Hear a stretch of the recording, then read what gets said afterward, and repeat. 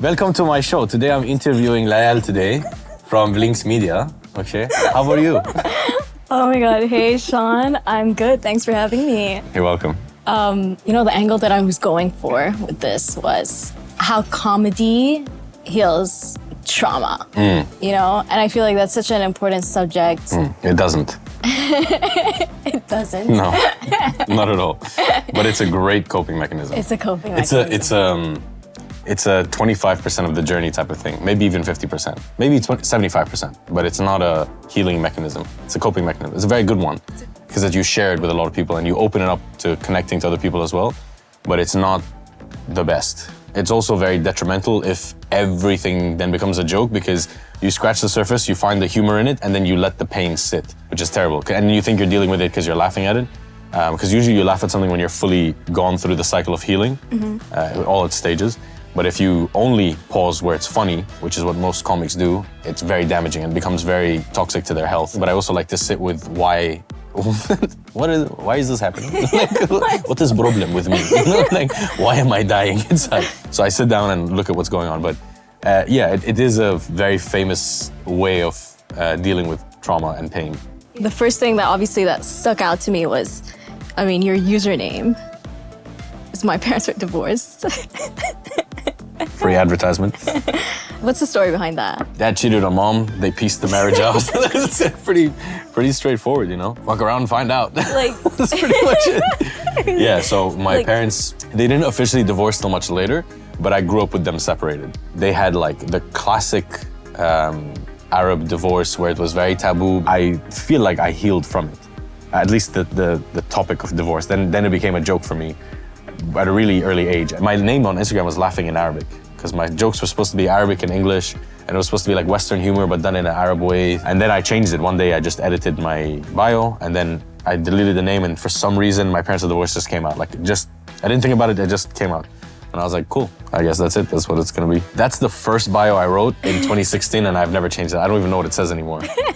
It says that using jokes to cope with trauma and insecurities. I wanted to know more about that because I thought that was, what's the connection between that? I've only changed my profile twice. Yeah. One was to change my name and picture, and one was to upload that bio, which was the first time. All the jokes and all the stuff I do is not meant to represent anything that is offensive. I have no prejudice or racist intentions towards anything. It's all in good faith. It's all in humor. I also tend to do accents that I've only been associated with. I've only grown up with it.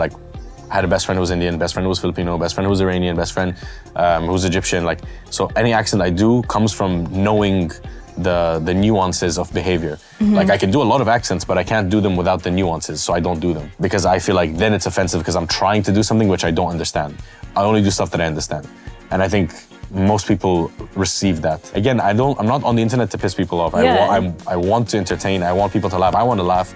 So I think a lot of people are receptive to that, which is I'm so grateful for because it's so easy to get canceled these days. You sneeze and they're like, I'm offended. How dare you sneeze? Yeah. At least here in the Middle East, we still retain our essence, which is humor. There's no Arab country that's not funny. There's no Arab country that's not funny. If you meet people from every country, they're all funny. They all have this sense of humor that's so uplifting, Especially Egyptians. You meet an Egyptian, they're all everyone in a friend group is funny.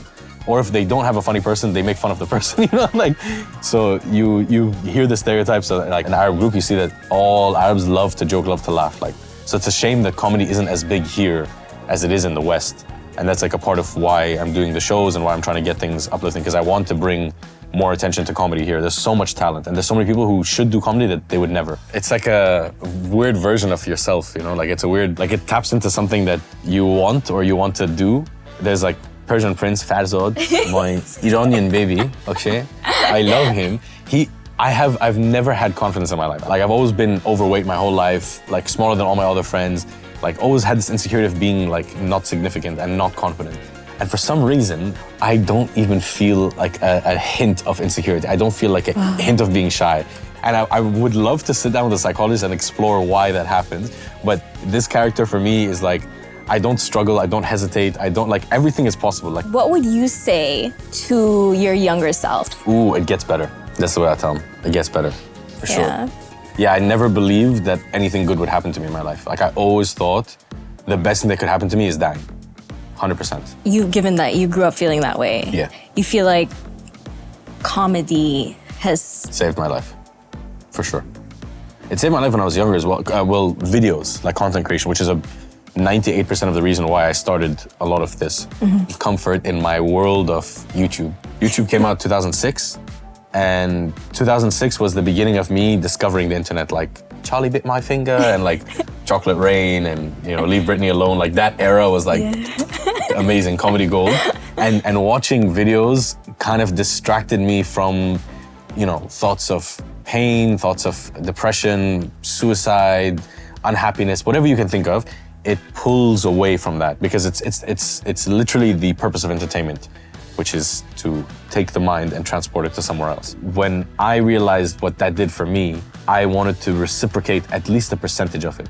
And till today, I'll always say the same thing. If one person is having a good time with my videos, that's more than enough because it only needed one person on YouTube for me to not have the harmful thoughts. Laughter is the best thing ever. It's immediate, you disarm everyone. Yeah, you're like so fully present. Yeah. Like if you hate me and I manage to make you laugh, there's no chance we're gonna fight. Can you tell me who's... You tell me why? You got in the whole like, and singing. Tell me who is Ahmed. Who's Dr. Ahmed? He is a professor. He biochemist engineer guy with a low degree in mathematics and finance for biology. He's #1 guy. Number one. So I used to work in an office where the criteria for you to join the office was you have to be Egyptian. That was at least the running joke because we were 300, 280 were Egyptian. And they were from all over Egypt. They would give me like, okay, say this next time, say this. They'd keep adding like more stuff to my head and then it just became a culmination of all these people I knew. But I don't know who he is. But he's #1. That's all you need to know. Who is, because I want to get to know more about like the characters and like see them in action. Who is Persian Prince? Like, can you tell me about him? Like, who is he? He is also #1. Okay. When I do, my eye immediately goes into it. Try not to look too hard, you might fall in. You might fall in love. He's like the most confident man alive. He's like, oh, I'm crying. He is a prince. Actually, not really, but he thinks he is. And also, his life is created to make himself like that. Okay? So you are #1? No, I am #1. Okay? But if you're with me, you're #1 because you're with me. This cup? #1. That camera #1. That one #2. Literally, right? It's camera 1? Yeah. See? But yeah, Persian Prince is a combination of, again, people I grew up with, an exaggerated version of a lot of people I've met, and some underplayed version of some people I met as well. Yeah. Like there are people who are worse than this character. He's still figuring out who he is as well. Who do you feel like people relate to the most in terms of like your character? Relate? I don't know, but laugh at the style is definitely the like Egyptian Baba or Dr. Ahmed or Egyptian store manager. I don't know if they're 3, I don't know if they're 1, they're taking their own capacity, but they definitely enjoy that, like that and the cafeteria, like Assalamu alaikum, Indian menu, like Ajman juice, tomato juice, Hada juice, like. And it's not laughing at, it's laughing with the memory of seeing something similar or have like the idea of like this exaggerated version of what would happen in real life, you know? Like I was on top of a car once dangling my legs. They've never done that, but I had people go like, that reminded me, I'm like, there's no way that happened to you. But they're like, no, it just reminded me of a guy who used to, like this cafeteria I used to go to all the time. Yeah. And it's funny because like a lot of people who laugh with these jokes, I think they're laughing with them. They're not laughing at the skit, they're laughing with it because I'm joking. Great. Thanks for coming to Blinks. It was really a pleasure having you. We'll see you next week on the show. Thank you very much. Okay.